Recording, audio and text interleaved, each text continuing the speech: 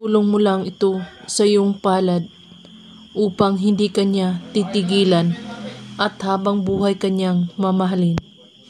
Gawin mo lamang ito sa saktong 3:00 ng hapon kahit anong araw. Habang buhay kayo matatali. Kailangan mo lamang ng kandila, maliit na papel at larawan niya.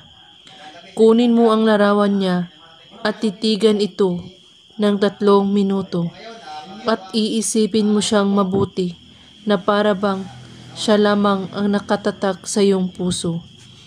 At kunin mo ang papel, isulat mo sa papel ang mga salitang ito. Diana Puntundok. At sa baba, isulat mo ang pangalan niya at halikan mo ang papel ng 3 beses. At pagkatapos, ikulong mo ang papel sa iyong palad at sambitin ito ng 5 beses. Diana Puntundok.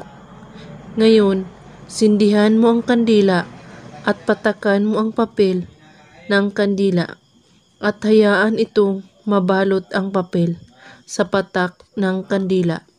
At pagkatapos ay ibaon mo ang papel sa lupa na walang makakakita nito at makakaalam sa iyong ginagawa. At kung may katanungan po kayo ay magko-comment lang po sa baba. Maraming salamat sa panonood. May God bless us all.